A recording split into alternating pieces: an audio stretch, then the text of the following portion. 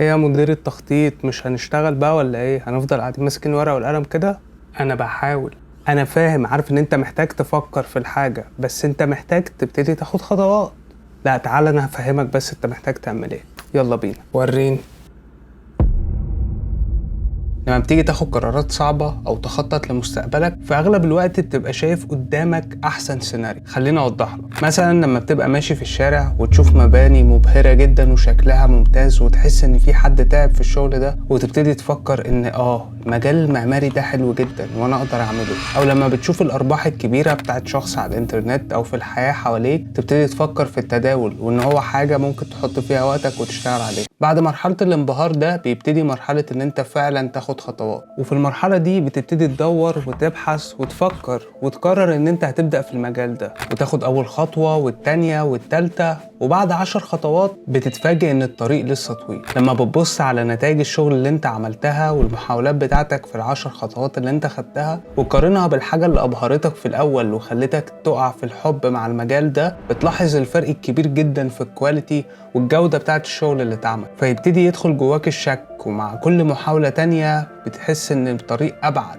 بعد كده بتدخل نفسك في متاهة وتبتدي تحس بالفشل، فتبتدي تستسلم وتسيب الحلم والحب اللي انت وقعت فيه. بعد كده بترجع لحياتك وترجع لعاداتك وتكمل زي ما كنت، لحد ما تلاقي حاجة جديدة تنبهر انبهار جديد وتبدأ القصة من الأول تاني. والموضوع ده لما بيتكرر كذا مرة في مجالات مختلفة، بتدخل في متاهة كبيرة وتبتدي تحس بالفشل.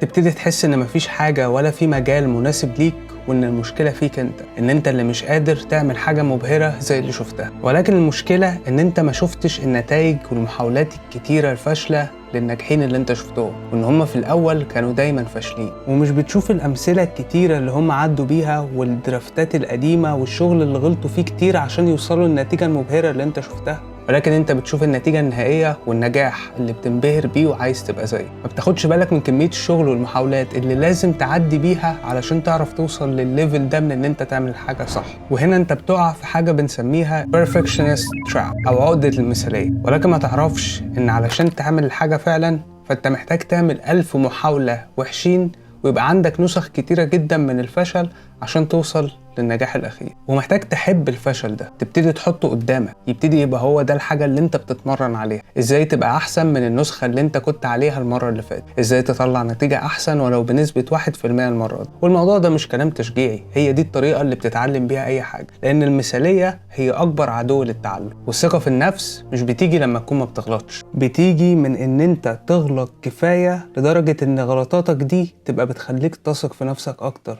لأنك بتحاول.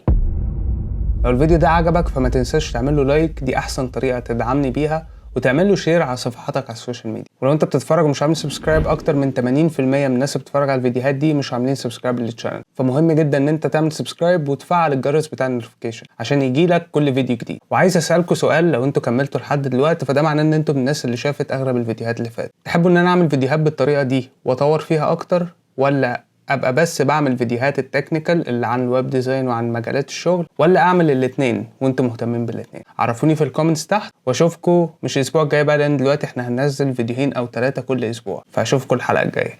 سلام.